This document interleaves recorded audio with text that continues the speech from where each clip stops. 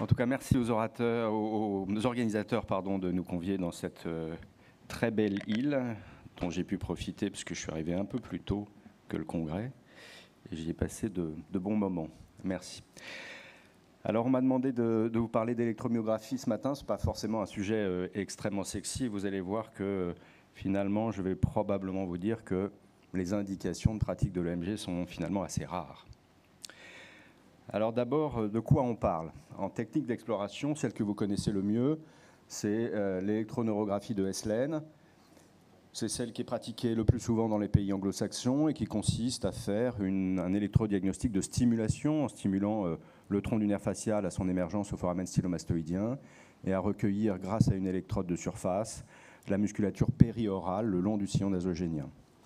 Ça vous permet de déterminer la perte axonale en le comparant avec l'autre côté, ou comme en parlent les anglo-saxons, en excitabilité résiduelle. 60% de perte axonale égale 40% d'excitabilité résiduelle. L'électromyographie de Fraisse de surface, elle a l'avantage d'être française, et puis elle a l'avantage d'explorer une voie différente de la précédente, puisque la précédente, vous l'avez compris, est un électrodiagnostic purement extracrânien, alors que l'électrodiagnostic de Fraisse demande la coopération du sujet et donc va explorer l'ensemble des voies motrices du cortex jusqu'au muscle, avec un recueil là encore de surface, mais en demandant donc au sujet d'effectuer un mouvement volontaire. Juste un mot sur le test de stimulation de Hilger, qui a comme seul avantage d'être un matériel portatif, ce qui permet d'aller déterminer le seuil de stimulation permettant de voir un mouvement. Et c'est un matériel qu'on peut utiliser en réanimation principalement parce qu'il est portable. Et donc le message que j'aimerais faire passer, c'est que finalement tous ces éléments sont importants et que si vous ne savez pas comment on fait un électromyographie, eh bien, vous risquez de mal l'interpréter et c'est là qu'est le piège en fait. Et donc j'aimerais vous présenter l'électromyographie qu'on a baptisée assez pompeusement faciale intégrée et qui étudie plusieurs choses. Trois choses en fait. L'électrodiagnostic de stimulation équivalent à l'électroneurographie de Hesslen, avec une analyse des réponses motrices directes, une analyse comparative entre les deux côtés dont on va déterminer la perte axonale et donc en partie la gravité de la paralysie faciale. Une deuxième partie qui est de la réflexologie et de l'étude du nerf facial intracrânien par l'étude du réflexe de clignement. Et puis enfin un électrodiagnostic de détection à l'aiguille qui ne se fera pas comme dans le Fraisse à d'électrodes de surface, mais qui finalement étudie la même chose, c'est-à-dire l'ensemble de la voie motrice du cortex jusqu'au muscle. Alors commençons par l'électrodiagnostic de stimulation. Vous faites un choc électrique au foramen stylomastoïdien, puis vous augmentez progressivement cette intensité jusqu'à obtenir une réponse musculaire maximale qui va témoigner de l'activation de l'ensemble des axones fonctionnels. Vous allez faire ça du côté sain, vous allez faire ça du côté pathologique, vous allez faire un rapport d'amplitude des réponses entre les deux côtés et vous allez donc en tirer la perte axonale. Cet examen nous permet également, on va le voir sur ce schéma, d'étudier un phénomène que vous ne connaissez probablement pas, qui est la réinnervation croisée. Alors si je prends le côté normal ici, on va stimuler en A et vous voyez qu'on recueille un certain nombre d'amplitudes sur des muscles représentatifs de la face, le frontalis, l'orbiculaire des paupières, l'orbiculaire des lèvres, les muscles de la houppe du menton, avec ici une échelle à 2 millivolts. Vous faites la même chose du côté atteint, vous recueillez des réponses qui visuellement ont l'air d'être aussi amples, mais là l'échelle est de 0,5, donc en gros vous avez 4 fois moins d'axones fonctionnels du côté atteint. La réinnervation croisée, ça se recherche comment? Ça se recherche en stimulant en A, c'est-à-dire du côté sain, et en enregistrant du côté pathologique pour mettre en évidence un éventuel sprouting, une capacité qu'aurait le nerf facial du côté sain à venir prendre en charge une musculature le long de la ligne médiane. Alors ça sert à quoi? Ça sert à éviter de temps en temps de se retrouver dans une impression de fausse récupération qui n'en est pas une. Je vais vous montrer juste cette jeune fille pour vous donner un cas caricatural. C'est une paralysie faciale congénitale. Elle a sur l'imagerie une agénésie complète de son nerf facial. Elle n'a pas de réponse directe à droite en EMG et pourtant elle sourit. Ça, c'est un sourire purement de réinnervation croisée. L'électrodiagnostic de détection, c'est des électrodes qu'on va planter dans les 4 muscles représentatifs de la face. Et puis on va demander au patient soit de rester au repos, soit d'effectuer une contraction volontaire. Du côté sain, dans les activités de repos, vous n'avez pas d'activité. Un nerf facial, ça ne décharge pas si on ne lui demande pas de faire quoi que ce soit. En revanche, du côté atteint, vous allez pouvoir avoir des fibrillations, c'est ces toutes petites pointes qu'on voit ici en bas, ou des potentielles lentes d'énervation, c'est ces complexes un peu plus épais ici, qui sont des témoignages d'énervation. Ce sont les éléments de mauvais pronostic.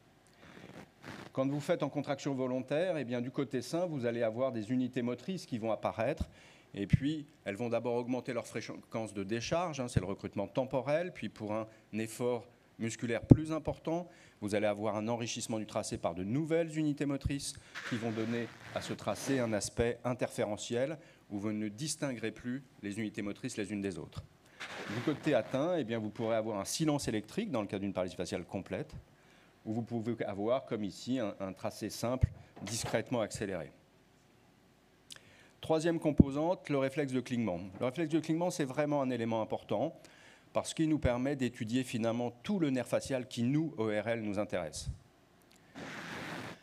Comment ça se passe? Lorsque vous stimulez ici les afférences trigéminales, donc en pratique le nerf susorbitaire avec une électrode de surface, et que vous recueillez dans l'orbiculaire des paupières du même côté, vous obtenez une réponse à double composante, une réponse R1 qui a une latence fixe, qui est parfaitement étudiable, elle fait 10 à 10,5 millisecondes, et puis une réponse R2 qui, elle, est beaucoup plus variable en fonction du degré d'éveil, d'attention du sujet, entre 25 et 40 millisecondes.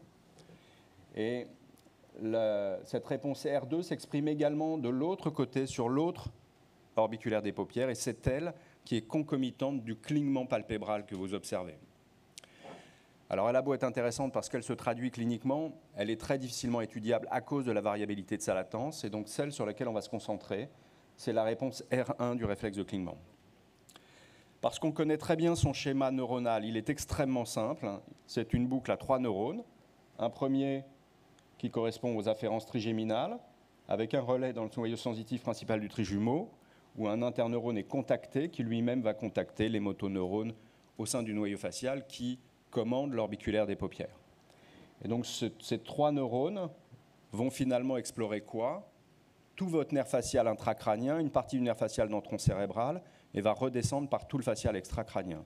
Donc on étudie grâce à ça l'ensemble du nerf facial qui intéresse les ORL.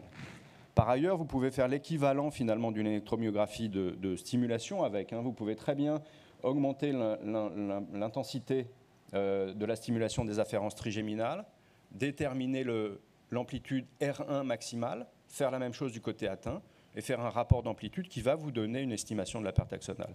Donc finalement, s'il n'y avait qu'un seul examen à faire, ce serait celui-là. Donc pour résumer, l'EMG de stimulation, ça étudie que le nerf facial extracrânien. Attention si l'examen est trop précoce, je vais le revoir tout de suite, on va faire 3 observations après là, pour vous donner des exemples. Et puis ça étudie les réponses croisées, notion peut-être un peu nouvelle pour vous, mais qui peut expliquer de temps en temps que vous avez le sentiment qu'un patient récupère et puis qu'ensuite il stagne.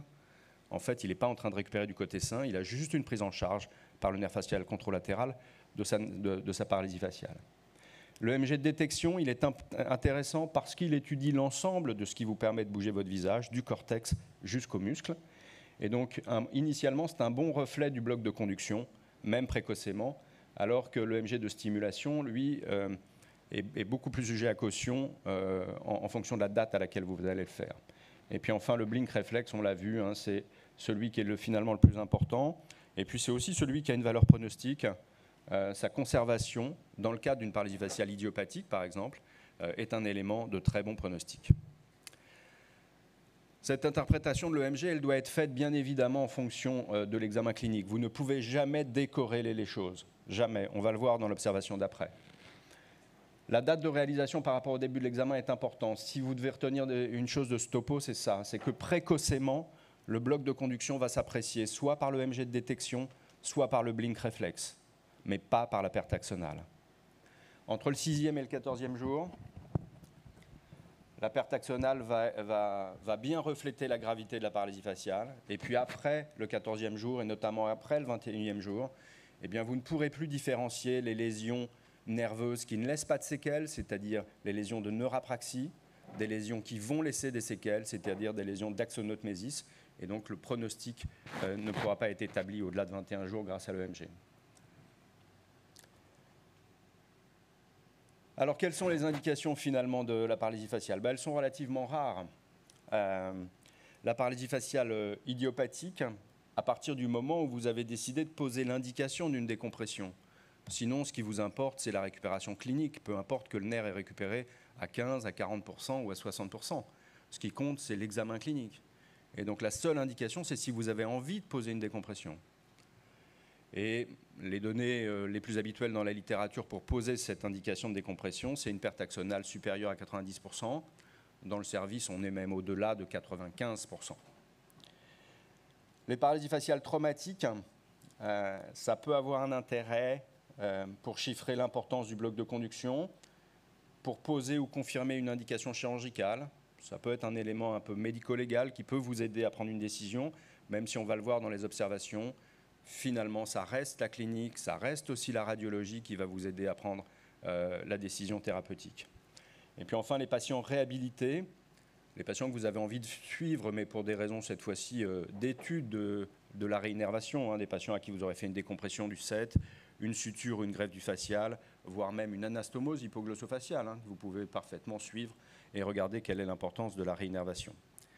En tout cas, ne décorrélez jamais l'examen clinique. On va le voir dans, la première observation. Juste un dernier mot sur le traitement chirurgical qui avait été remis, c'est un vieux serpent de mer qui date de plus d'un demi-siècle, mais il avait été remis en lumière par Bruce Gantz en 1999, où il avait montré sur des patients assez jeunes qu'une décompression chirurgicale effectuée pour des patients avec plus de 90% de perte axonale au 10e jour après avoir reçu un traitement corticoïde permettait de diminuer le taux de séquelles de 58% à 9%. La petite faiblesse de cette étude est que l'appréciation de la motricité faciale était faite au 7e mois, avant que les syncinésies n'arrivent. Et donc je pense que les résultats sont bien moins probants que cela. En tout cas, quand vous regardez les données de la littérature, eh bien, on va aller directement à la conclusion de cette diapo. Qualité faible des études, efficacité de la chirurgie peu probable. Je ne connais pas d'articles dans la littérature qui soient pertinents sur ce sujet pour une seule raison, c'est que le critère de jugement est toujours le même, c'est le taux de récupération complète. Or, quand on est devant une paralysie faciale très grave, on n'est pas là pour faire une restitution ad intégrum, on est là pour limiter les séquelles, et aucune méta-analyse de la littérature n'étudie ce point-là. Voilà. Donc je pense que ça n'est pas tranché. Nous ne savons toujours pas si la décompression a une efficacité. Bon, je vais passer cette vidéo de décompression qui n'a pas grand intérêt pour arriver à l'observation numéro 1. C'est une dame de 36 ans qui a une polychondrite chronique atrophiante, qui est traitée par corticoïdes et méthotrexate, et puis qui fait des otites séreuses dans le cadre de sa maladie à répétition. Alors, on lui pose des aérateurs, mais elle expulse ces aérateurs en moins de 8 jours à chaque fois. Alors, en juin 2000, un ERL décide de lui poser des ATT transosseux et de faire un trou dans le cadre tympanique sous l'annulus pour poser son aérateur. Et la patiente se réveille avec une paralysie faciale gauche complète. Alors même s'il est de bonne heure, j'aimerais bien que la salle participe un peu. Et quelle serait votre attitude devant un cas comme celui-là? Est-ce que vous feriez un scanner des rochers? Ouais. Bah, il n'a pas été réalisé. Est-ce que vous feriez une reprise chirurgicale pour une exploration du 7? Moi, j'ai été élevé avec un dogme, on ne laisse jamais se coucher le soleil sur une paralysie faciale non expliquée à la suite d'une chirurgie autologique. Mais là encore, elle n'a pas été effectuée. Est-ce qu'on ferait une électromyographie de la face? Ouais, c'est intéressant. Elle a eu cette électromyographie de la face et c'est ce qui a conditionné l'absence de scanner et l'absence de reprise chirurgicale. Et le premier piège, il est là. Réalisé à J2 post-opératoire. J2 post-opératoire, une électromyographie purement de stimulation. Nous n'avons pas encore eu la totalité de la dégénérescence valérienne d'aval. Et donc l'électromyographiste, le neurophysiologiste conclut avec une perte axonale de 80% et dit à son ORL, il y a encore 20% de fibres qui passent. ne t'inquiète pas, ça va récupérer. Il n'y a pas eu d'exploration du bloc de conduction intracrânien, pas de blink réflexe, pas d'électromyographie de détection, mauvaise appréciation, mauvaise conclusion, mauvaise attitude et mauvaise corrélation. Il n'y a pas eu de corrélation avec la clinique. Cette patiente avait une paralysie faciale flasque. S'il reste 20% de fibres fonctionnelles, on n'a pas une paralysie faciale flasque. Juste pour terminer l'histoire, pas de régression de la paralysie faciale, elle est adressée 3 mois plus tard dans le service, elle a une perforation tympanique, un fond de caisse humide, enfin bref. On lui fait une EMG qui montre cette fois-ci qu'il y a 100% de perte axonale et un bloc de conduction intracrânien complet. Et puis au scanner des rochers, on semble voir ici une petite fente là, qui nous mène au segment mastoïdien. Et puis lors de l'exploration chirurgicale, alors pourquoi ça n'avance plus? Si. Lors de l'exploration chirurgicale, en fait, il y avait une section du nerf avec la fraise de 90%. On a fait une greffe de nerf grand auriculaire. Là, vous voyez cette dame à 3 ans, hein, avec une face qui est globalement symétrique au repos, une capacité à faire la moue qui est à peu près correcte, une ébauche de sourire. On voit sur ces diapositives, quand on a l'habitude, que cette dame a été aussi rééduquée, puisque en fait, elle a une syncinésie ici qu'elle inhibe en tournant son regard en haut et à droite, c'est-à-dire à l'opposé de sa paralysie faciale. Et puis, bien sûr, c'est toujours moins bien quand on fait des vidéos. Là, elle est à 9 ans. Hein, et à 9 ans, elle a une motricité faciale, pas de motricité frontale comme toujours. Elle ferme les yeux sans effort. Hein. Elle est capable d'ébaucher un sourire avec une syncinésie dans la houppe du menton. Elle est capable de faire la moue sans trop de syncinésie sur l'œil. Bon, voilà. C'est déjà ça. Deuxième observation, puisqu'on est dans le titre initial de la communication, il y avait les pièges sur les paralysies faciales traumatiques. Bon, on est dans les paralysies faciales traumatiques et en voilà une autre, un jeune homme de 38 ans opéré à l'âge de 11 ans d'une mastoïdectomie pour un motif qu'il n'est pas capable de préciser. Puis il a une autorée droite résistante au traitement antibiotique. On voit un tympan infiltré sur l'observation initiale. C'est un patient qui avait été vu ailleurs. Il n'est pas mentionné de perforation ni de poche de rétraction. On lui fait un scanner et vous voyez sur ce scanner une volumineuse lésion lytique qui dénude le sinus latéral, qui dénude le canal facial, qui dénude la paroi postérieure et l'autorée vient de là. Et puis par contre, le coude du facial est sain, la chaîne des osselets est continue. Voilà. Donc la caisse va plutôt bien même si elle est opaque.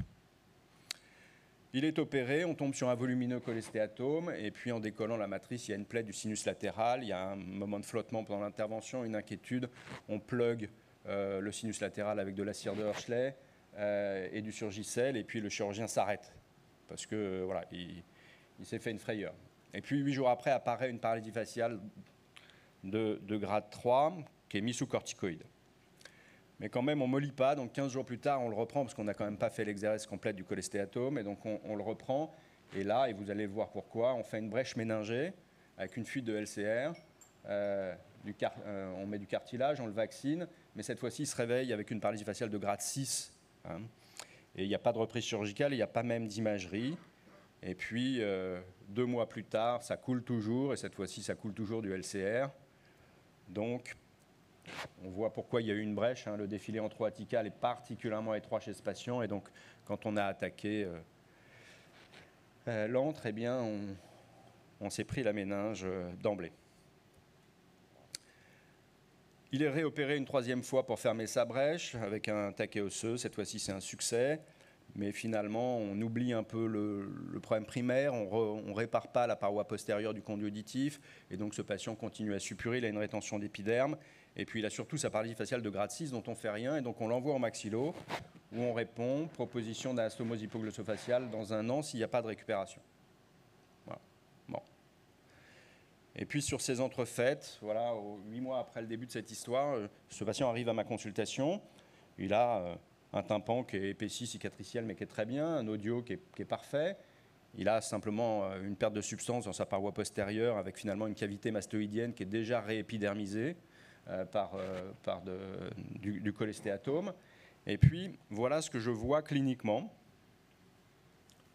Alors, on n'est pas à 10 mois, c'est parce qu'à 10 mois, en fait, il a la même chose, mais vous voyez qu'il ne ferme pas son œil, mais qu'il a une petite syncinésie sur le sillon nasogénien. Et quand on lui demande de sourire, il n'y a pas de sourire du tout. Alors, qu'est-ce que vous vous dites à ce moment-là? moi, je vais vous dire ce que je me suis dit. Je me suis dit, on est en train de débuter une réinnervation. Il y a une petite innervation purement syncinétique pour l'instant. Et donc, donnons-nous 2 mois de plus pour voir ce qui se passe. Et puis 2 mois de plus, il a exactement la même vidéo qu'aujourd'hui. Donc je me suis posé la question, plusieurs questions initiales. Est-ce que je le reprenais chirurgicalement? Est-ce que je le surveillais? Est-ce que je faisais une imagerie? Est-ce que je faisais une EMG? Eh bien, l'EMG, elle va me dire quoi? Elle va me dire que ce que je vois est bien de la réinnervation, mais syncinétique. Est-ce que ça va changer ma décision thérapeutique? Non.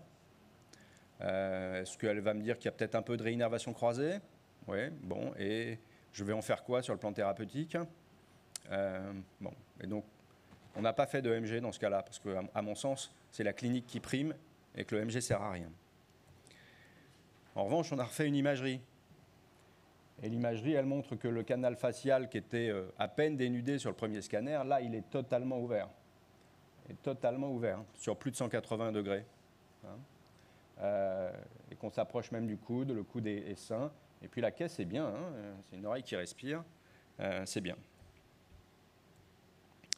À 10 mois, sa fonction faciale est inchangée. Et donc, qu'est-ce que vous prendriez comme décision? Vous laissez continuer à évoluer et on laisse ça? Moi, je l'ai opéré pour explorer. Et vous allez voir que, en fait, moi, j'ai dénudé la partie haute du segment mastoïdien, mais tout ça, c'était dénudé. Et vous voyez ici un énorme névrome, un coup de fraise sur le facial. Un coup de fraise, donc on va sectionner le nerf facial. Je ne peux pas sur ces... Je voulais accélérer la vidéo, mais je ne peux pas, là. Je n'ai pas la main. Bon, on va juste prendre 20 secondes de plus.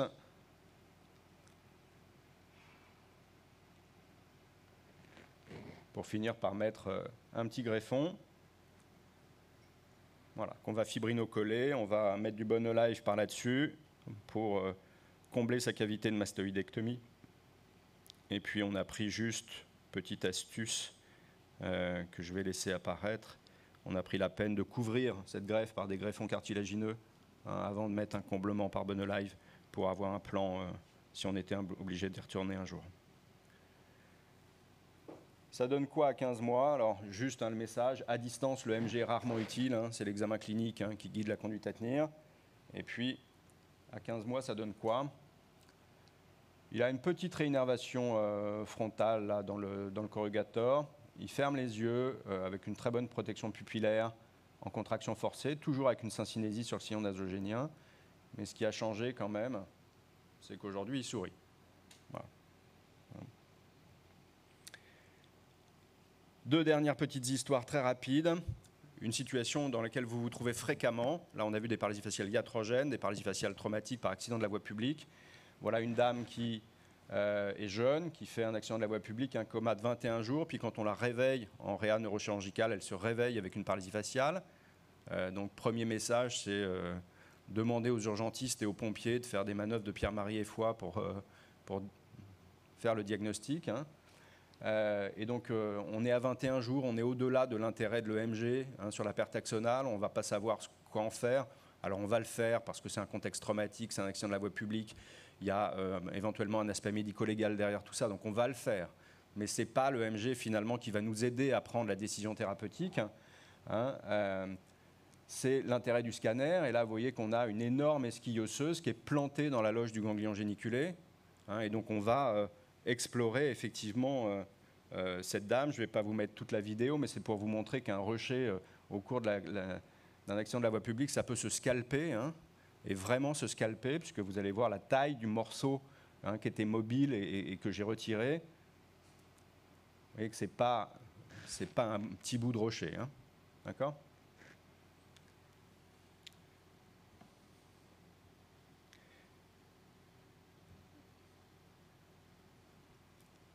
Cette dame, 7 mois après, il n'y avait pas de lésion du 7 en fait, il y avait juste une compression. Elle n'a pas de réinnervation frontale comme toujours, pas de corrugator, mais on n'est qu'à 7 mois. Elle a un clignement qui est pas mal, elle ferme les yeux tout à fait simplement et correctement, avec une petite syncinésie là. Et puis, elle a vous allez le voir, une ébauche de sourire qui est en tout cas assez expressive et qui la satisfait. Voilà. Et donc là encore, dans un contexte traumatique fréquent, hein, au-delà de 21 jours, un patient qui se réveille, l'EMG, pas grand intérêt. Ça, c'est pas l'EMG, mais je voulais juste faire passer un message, toujours avec la dégénérescence valérienne. C'est une patiente qui a un adénome pléomorphe du lobe profond de la parotide et un chirurgien en ville, en disséquant la partie profonde, fait une plaie de la carotide externe, le champ chirurgical s'inonde, prend une pince d'Alsted, va faire l'hémostase de la carotide externe et quand il nettoie le champ, il s'aperçoit que le tronc du nerf facial est dans la pince et qu'il a écrasé le tronc du nerf facial. D'accord ? Là, la bonne solution, c'est d'adresser dans un centre expert le patient tout de suite, parce que nous, on l'a opéré à J3, et à J3, avec un monitoring du nerf facial, vous retrouvez les branches distales du nerf facial, parce que la dégénérescence valérienne n'a pas encore été complète, donc il faut utiliser ça. Si vous le faites à 4 jours, vous n'avez plus cette aide. Donc, ne jamais opérer ces patients-là en pleine nuit dans de mauvaises conditions, mais le plus tôt possible pour pouvoir s'aider du monitoring. Et juste, bon, elle ne lève pas le sourcil d'un côté, pas de réinnervation frontale comme toujours dans les paralysies faciales graves, mais vous voyez qu'à la fermeture des yeux, son muscle frontal se contracte, elle ferme son œil sans problème, elle a un sourire sans problème. On a moins de syncinésie, bien évidemment, puisqu'on est dans un facial parotidien et pas dans un facial pétreux. Hein, voilà. Et vous voyez qu'elle a une grosse contraction paradoxale du frontal. Là, elle n'a pas eu de toxine botulique, mais c'est une dame qu'on peut bien sûr améliorer. Ça, c'est ce que je vous ai dit, et donc je ne vais pas me répéter. Et je vous remercie de votre attention.